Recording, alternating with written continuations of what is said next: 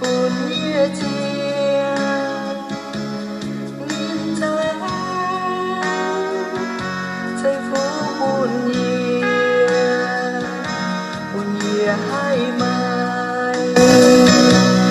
cuồng tôi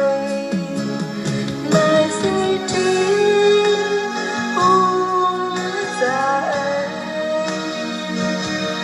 ôi chưa mãi ý muốn gìn tới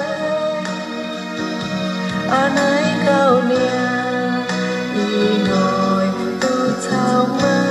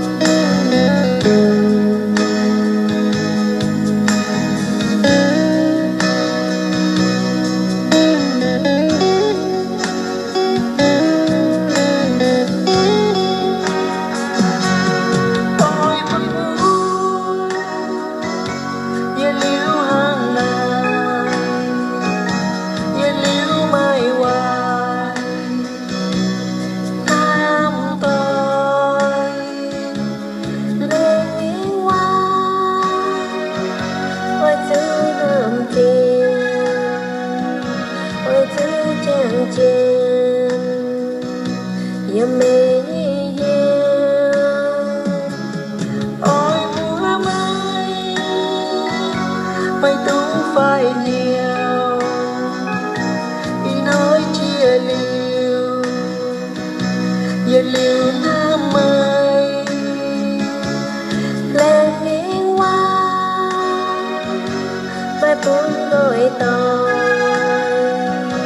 mây cuốn quang từ hãy nhường câu nan